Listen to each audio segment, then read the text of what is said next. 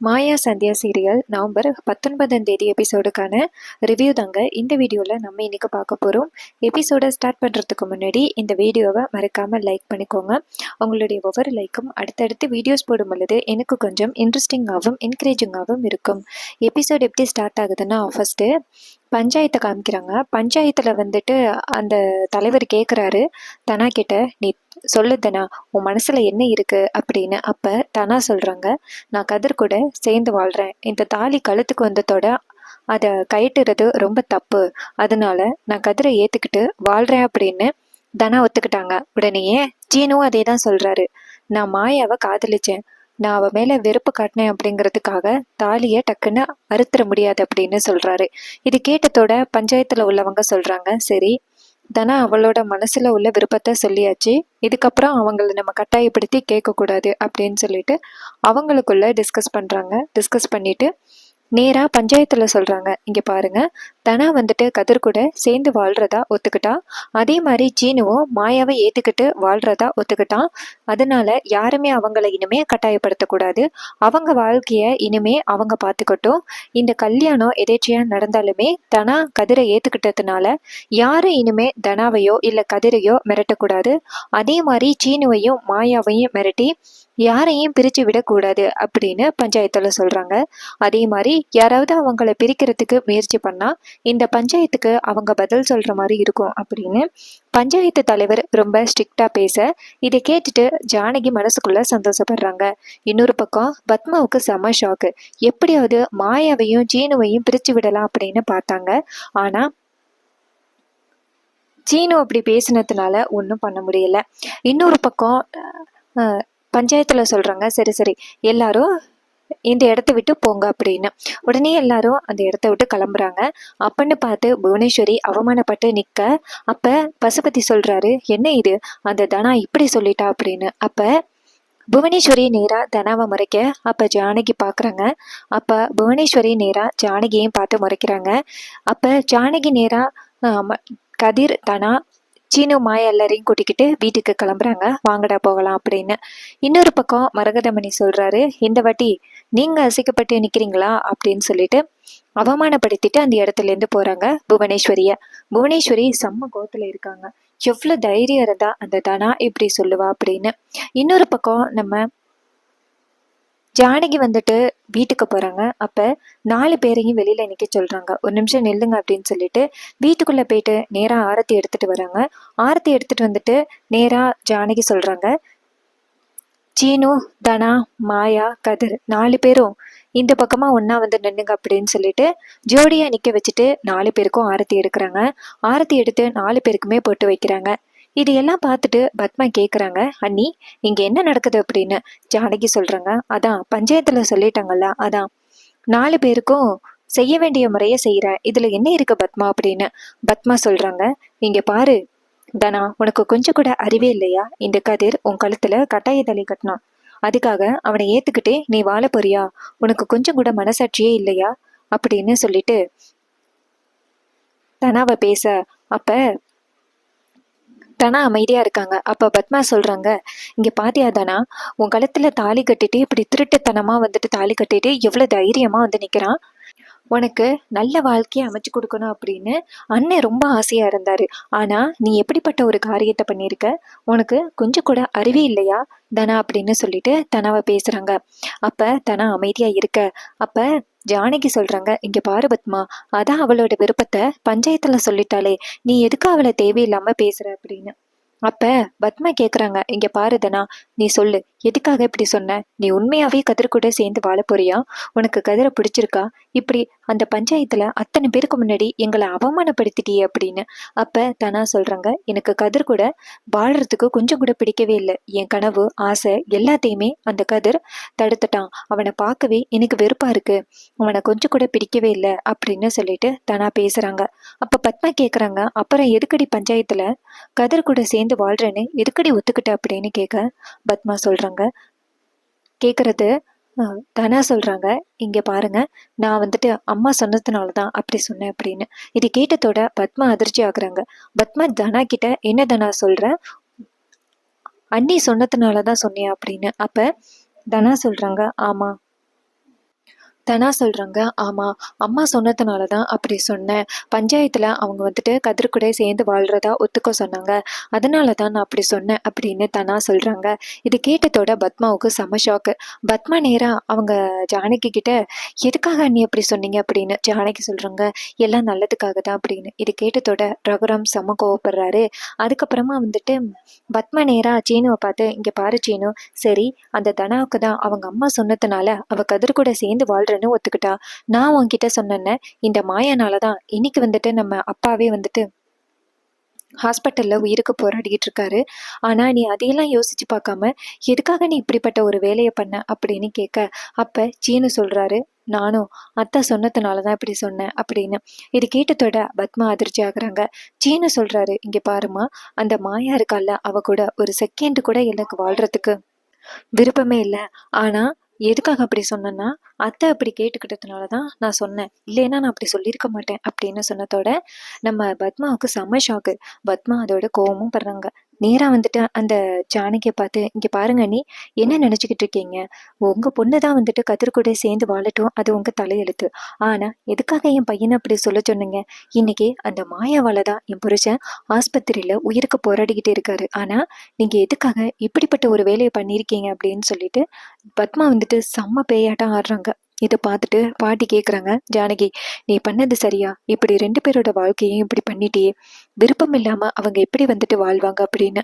அப்ப ஜானகி சொல்றாங்க, இங்க பாருங்க, உங்க தங்கச்சி பொண்ணு வீட்டுக்குள்ள வரணும் அப்படிங்கிறதுக்காக நீங்க இப்படிப்பட்ட ஒரு வேலையை பண்ணியிருக்கீங்க. உங்க தங்கச்சி பொண்ணு வீட்டுக்குள்ள வரணும் அப்படிங்கன்னா உங்க தங்கச்சி பொண்ணு மட்டும் வீட்டுக்குள்ள வச்சுக்க வேண்டியது தானே. எதுக்கு என் பொண்ணோட வாழ்க்கையை இப்படி ஒன்றும் இல்லாமல் ஆக்குனீங்க அப்படின்னு சொல்லிட்டு பத்மா செம்ம திட்டுறாங்க. அப்போ பாட்டி கேட்குறாங்க, இங்கே பாரு ஜானகி, எதுக்காக இப்படிப்பட்ட ஒரு முடிவெடுத்த, அவங்க 2 பேருக்கு விருப்பம் இல்லைன்னா எப்படி வாழ்வாங்க அப்படின்னு. அப்போ ஜானகி சொல்றாங்க, இங்க பாருங்க, உங்க யாருக்கும் தெரியாது என்ன நடந்துச்சு அப்படின்னு. அப்ப பத்மா சொல்றாங்க, அண்ணி தேவையில்லாம பேசாதீங்க. அப்ப எங்க யாருக்குமே எதுவும் தெரியாதுன்னு நினைக்கிறீங்களா. எங்க அண்ணன் உங்க மேல எவ்வளவு நம்பிக்கை வச்சாரு. இந்த குடும்பத்தையே நீங்க தான் தலையில சுமந்துக்கிட்டு இருக்கீங்க அப்படின்னு நினைச்சா இந்த குடும்பம் ஒண்ணும் இல்லாம போறதுக்கு நீங்க தான் காரணமா இருப்பீங்க போலயே அப்படின்னு சொல்லிட்டு பத்மா செம்ம பேச்சு பேசுறாங்க. இதை பார்த்துட்டு ஜானகி சொல்றாங்க, பத்மா அவசரப்பட்டு வாய் விடாத, மாயா என்ன தியாகம் பண்ணியிருக்கான்னு உனக்கு தெரியுமா அப்படின்னு சொல்ல, அப்ப டக்குன்னு நம்ம மாயா தடுக்கிறாங்க. அப்ப ஜானகி வந்துட்டு அமைதியாக, அப்ப பத்மா கேக்குறாங்க, என்ன அமைதியாகிட்டீங்க, அப்படி இந்த மாயாவால என்ன நல்லது நடந்துட போகுது, இந்த குடும்பமே நடுத்தெருவுல நிக்குது, அது உங்களுக்கு தெரியலையா அப்படின்னு சொல்லிட்டு பத்மா மாயாவை பத்தி அவ்வளவு திட்டிக்கிட்டு இருக்காங்க. ஜானகி ரொம்ப கவலைப்படுறாங்க, என்னடா இது இவங்க இப்படி பேசுறாங்களே அப்படின்னு. பத்மா சொல்றாங்க, 2 விஷ பாம்புகளை வீட்டுக்குள்ள கொண்டுட்டு வந்திருக்காங்க அப்படின்னு சொல்ல, இதை கேட்டுட்டு அந்த சிவா சொல்றாரு, இங்க பாருங்க அக்கா, ஏங்கா இப்படி தேவையில்லாம பேசுறீங்க, இப்படியெல்லாம் அவசரப்பட்டு வார்த்தையை விடாதீங்க அப்படின்னு. அப்ப பத்மா சொல்றாங்க, ஏன் இது 2ம் நம்ம குடும்பத்துக்குள்ள வந்து எத்தனை பேரை கொலை பண்ண போகுதுன்னு தெரியல அப்படின்னு சொல்லிட்டு பத்மா பேயாட்டம் ஆடிக்கிட்டு இருக்காங்க. அப்ப ஜானகி சொல்றாங்க, பத்மா தயவு செஞ்சு இந்த மாதிரி பேசாத அவங்கள பத்தி அப்படின்னு சொல்ல, அப்ப டக்குன்னு ரகுராம் இதையெல்லாம் காதுல வாங்கிட்டு, போதும் நிறுத்துங்க அப்படின்னு சொல்ல, ரகுராம் பேசினதோட எல்லாருமே அதிர்ச்சி ஆகியிருக்காங்க. ரகுராம் பேசினதை பார்த்துட்டு எல்லாருமே அரண்டு போய் நிக்க, அப்ப ரகுராம் சொல்றாரு, இங்க பாரு பத்மா, நீ உன் பையன் உன் பையனை கட்டிக்கிட்டவ யாரும் இந்த வீட்டுக்குள்ள இருக்கக்கூடாது, எல்லாருமே சேர்ந்து இந்த வீட்டை விட்டு போங்க அப்படின்னு. இது கேட்டதோட அங்க உள்ளவங்க எல்லாருமே அதிர்ச்சி ஆகுறாங்க. அப்ப சிவா கேக்குறாரு, அண்ணா என்னண்ணா இது அப்படின்னு. ரகுராம் சொல்றாரு, இங்க பாரு சிவா, அவங்க எல்லாரும் தங்குறதுக்கு பண்ண வீட்டை ரெடி பண்ணு, யாரும் இந்த வீட்டுக்கு வரக்கூடாது, முக்கியமா இந்த வாழ்க்கையவே சீரழிச்சவ, நம்ம குடும்பத்தையே அவமானப்படுத்தினவ இந்த வீட்டுக்குள்ள வரவே கூடாது அப்படின்னு. இதை கேட்டதோட மாயாவுக்கு தூக்கி வாரிப்படுது. அப்ப பத்மா சொல்றாங்க, அண்ணா ஏன் மேல என்ன தப்பு இருக்கு, அண்ணி தான் வந்துட்டு சீனு கிட்ட சொல்லி மாய கூட வாழ சொல்லியிருக்காங்க, ஆனா நீங்க வந்துட்டு எங்களை வீட்டை விட்டு வெளியில போக சொல்றீங்க, அவளுக்காக எங்களை வீட்டை விட்டு வெளியில போக சொல்றது என்ன நியாயம்னா என்னால முடியாது அப்படின்னு. அப்ப ரகுராம் சொல்றாரு, இங்க பாரு, உன் புள்ளதானா சொன்னா, மாயா கூட சேர்ந்து வாழ போறேன் அப்படின்னு. அப்ப அவன் தான் இந்த வீட்டுக்குள்ள இருக்கக்கூடாது, இந்த வீட்டுக்குள்ள குடும்பத்தை கெடுத்தவ வரவே கூடாது அப்படின்னு ரகுராம் சொல்ல, இதை கேட்டுட்டு பத்மா சொல்றாங்க, அண்ணா என்னை கல்யாணம் பண்ணி கொடுத்தாலுமே என் அண்ணன் தான் முக்கியம் அப்படின்னு உங்க கூடயே நான் வந்து தங்கிட்டு இருக்கேன். எதுக்குன்னா உங்களை எனக்கு ரொம்ப பிடிக்கும், அதனாலதான் எவ்வளவு பிரச்சனை இருந்தாலும் நான் உங்க கூடயே தங்கியிருக்கேன். ஆனா நீங்க இவளுக்காக என்ன இந்த வீட்டை விட்டு போக சொல்றீங்களே அப்படின்னு. அப்ப ரகுராம் சொல்றாரு, நான் எடுத்த முடிவுதான், அவ இந்த வீட்டுக்குள்ள வரவே கூடாது அப்படின்னு.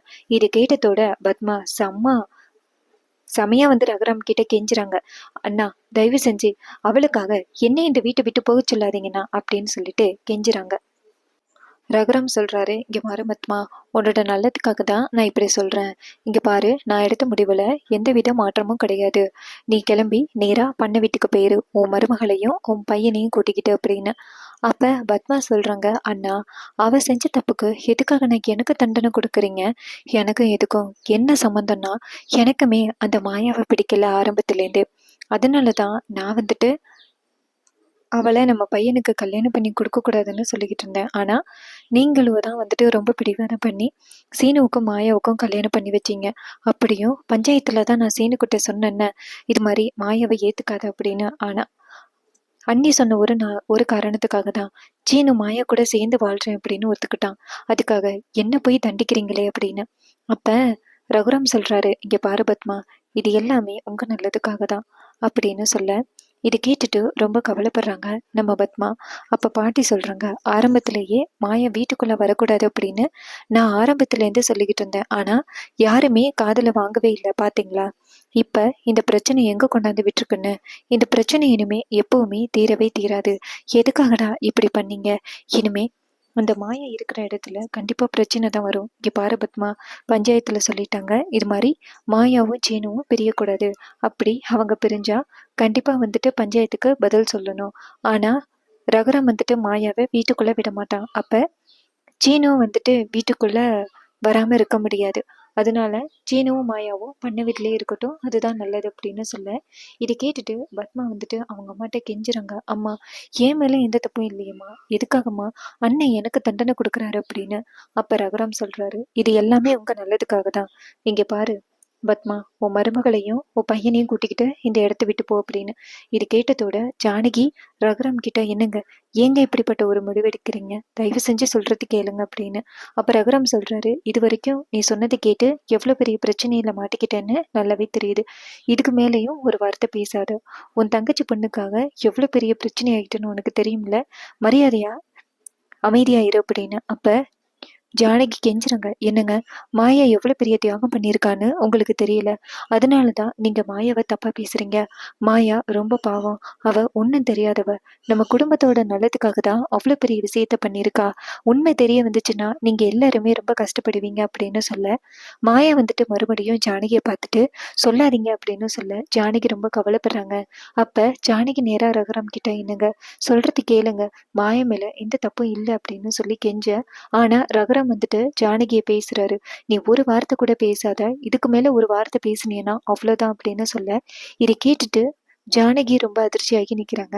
ஜானகி ரகுராம் வந்துட்டு ஜானகிய அதட்டினத்தோட எல்லாருமே ஷாக் ஆகி நிக்கிறாங்க. இந்த குடும்பத்தோட நிம்மதி போனதுக்கு இந்த மாயா தான் காரணம். நான் என் பொண்ணு அப்படின்னு தலையில தூக்கி வச்சுக்கிட்டு கொண்டாடணுன்னு இந்த குடும்பத்தையே பழிவாங்கிறதுக்காக தான் இந்த மாயா வந்திருக்கா.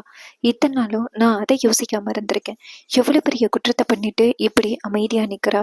இன்னைக்கு என் பொண்ணோட வாழ்க்கை இப்படி கேள்விக்குறியா ஆனதுக்குமே அவ தான் முக்கியம்.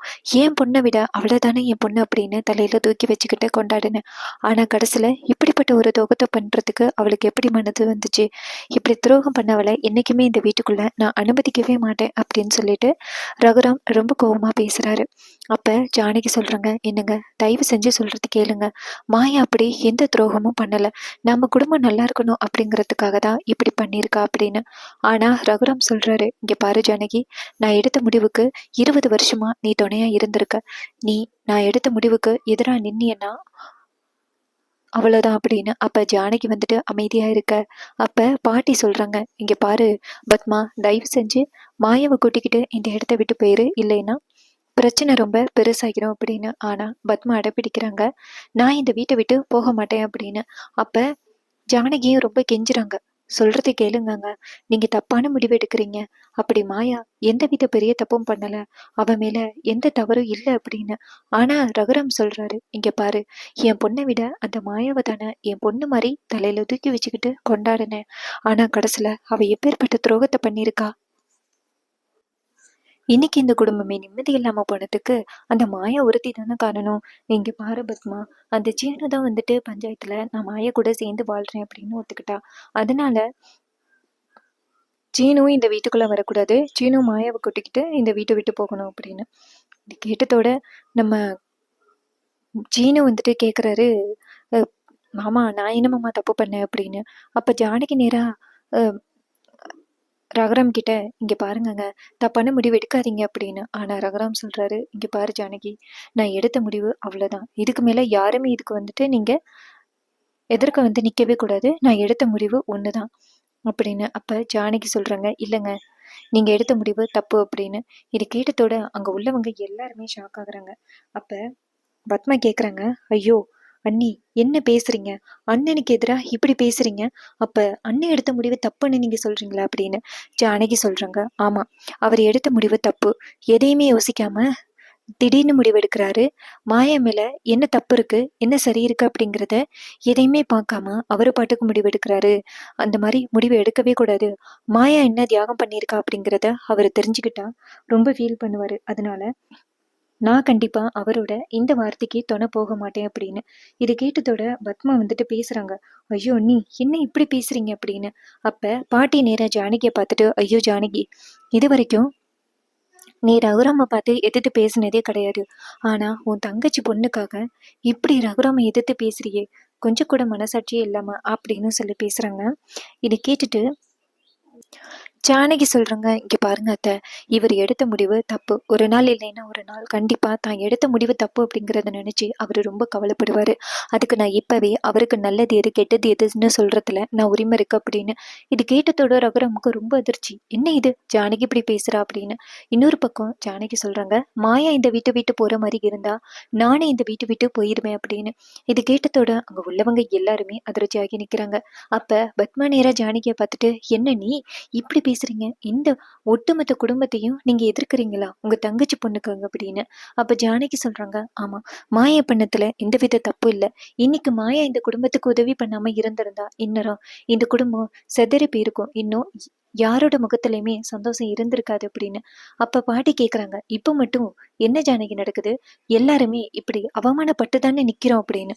அப்ப ரகுராம் வந்துட்டு சொல்றாரு, "ஏ, என் பொண்ணு மாதிரி நினைச்சுக்கிட்டு இருந்தேன் அந்த மாயாவை. ஆனா எனக்கு துரோகம் பண்ணிட்டா. அவனை என் பையன் மாதிரி வளர்த்தேன், அவனும் எனக்கு துரோகம் பண்ணிட்டான். அப்படி இருக்கையில என்னால எப்படி ரெண்டு பேரையுமே வந்துட்டு மன்னிக்க முடியும்?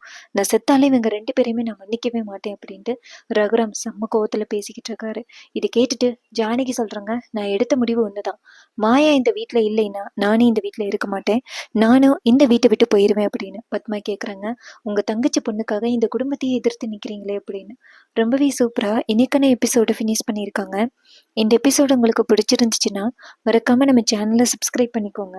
இதே மாதிரி இனிமேல் அப்டேட்ஸ் வேணும்னாலும் சேனலை சப்ஸ்கிரைப் பண்ணிக்கோங்க. தேங்க்ஸ் ஃபார் வாட்சிங்.